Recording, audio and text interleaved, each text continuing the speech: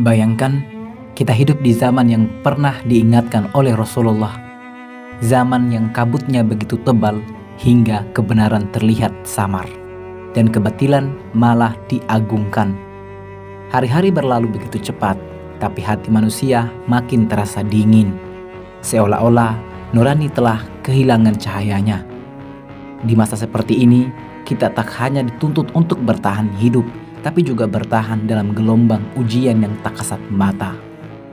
Gelombang yang bisa merobohkan iman dalam sekejap. Sebelum sang kakalah ditiup, sebelum langit terbelah dan bumi hancur berantakan, ada satu fase yang lebih dulu datang. Fitnah akhir zaman.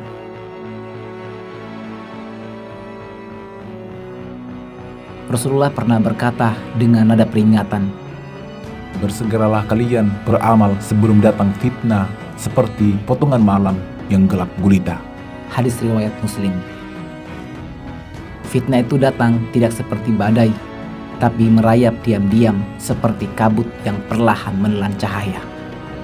Ia masuk lewat celah kehidupan, lewat hiburan yang tak lagi punya batas, lewat kemewahan yang membuat lalai, lewat pemikiran-pemikiran yang membelokkan akidah. Tanpa disadari, manusia terseret arus. Bahkan banyak yang tersenyum dalam kehancuran karena mereka tak tahu sedang berada di ambang jurang.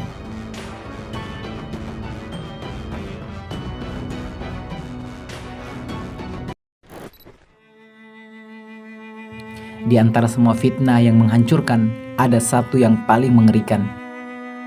Fitnah yang membuat para nabi gemetar dalam doa mereka. Dialah Dajjal. Bukan sekedar manusia, tapi simbol dari penipuan terbesar dalam sejarah umat manusia. Satu matanya buta, namun tipu dayanya bisa membutakan jutaan hati. Ia datang membawa ilusi, mengubah neraka jadi tampak seperti surga, dan menyesatkan mereka yang tak bersandar pada iman. Rasulullah Shallallahu Alaihi Wasallam mengajarkan kita sebuah tameng, yakni surah Al-Kahfi. Bukan hanya untuk dibaca, tapi direnungi, dicintai, agar hati kita tak mudah dibelokkan oleh cahaya palsu.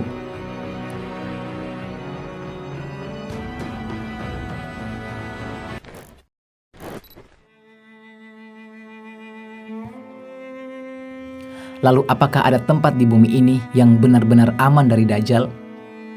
Nabi menjawab, ada, tapi tak banyak, hanya 2 tempat, yaitu Mekah dan Madinah.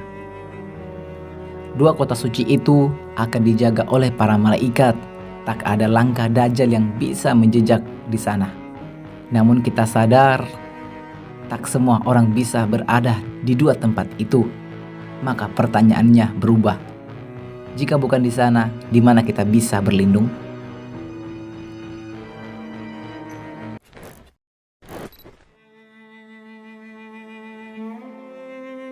Seorang ulama berkata, tempat paling aman di akhir zaman bukan di atas bumi, tapi di dalam hati yang penuh iman.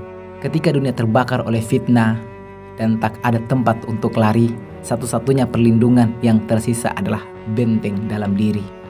Bukan gedung kuat, bukan gua di balik gunung, tapi hati yang teguh, yang tak mudah tergoda, yang bersandar hanya kepada Allah Subhanahu wa Ta'ala.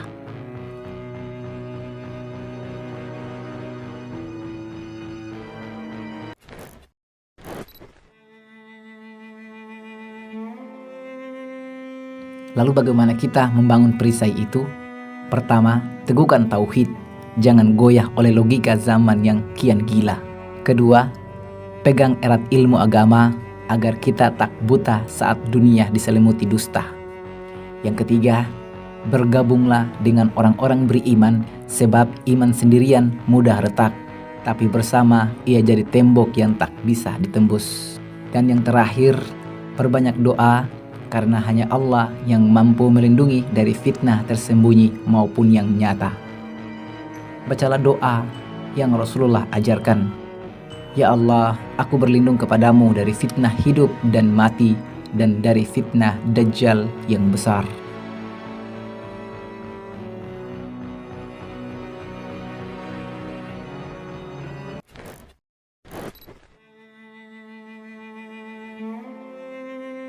Ketika kiamat datang, bukan harta yang menyelamatkan, bukan jabatan, bukan nama besar, tapi iman yang tetap menyala saat semua padam. Hati yang tetap hidup meski dunia sekarat, dan amal yang jadi cahaya di tengah malam paling gelap dalam sejarah manusia. Teman-teman arus waktu, kita hidup di zaman yang tak mudah, tapi kita masih diberi kesempatan untuk memperkuat iman, untuk kembali kepada Allah, untuk mempersiapkan diri sebelum waktu habis. Jangan tunggu dunia hancur untuk mulai berubah.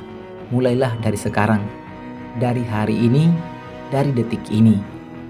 Jika kisah ini menggugah hati Anda, mari bantu sebarkan cahaya ini, tekan like, komentar, dan share agar lebih banyak yang tersadar dan bersiap. Dan jangan lupa untuk subscribe ke Arus Waktu agar kita bisa terus menjelajahi jejak sejarah, misteri, kiamat, dan kisah agung para nabi. Wassalamualaikum warahmatullahi wabarakatuh.